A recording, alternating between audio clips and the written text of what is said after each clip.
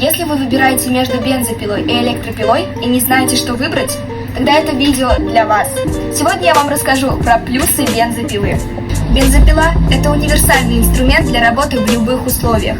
Для этого вам всего лишь понадобится бензопила, бензин и ваши руки. Из недостатков только то, что она слишком шумная, в отличие от электропилы. Для ее работы вам понадобится электричество, и стоит отметить, что цена на нее ниже, чем на бензопилу. Приходи в Стахановец и выбирай сам!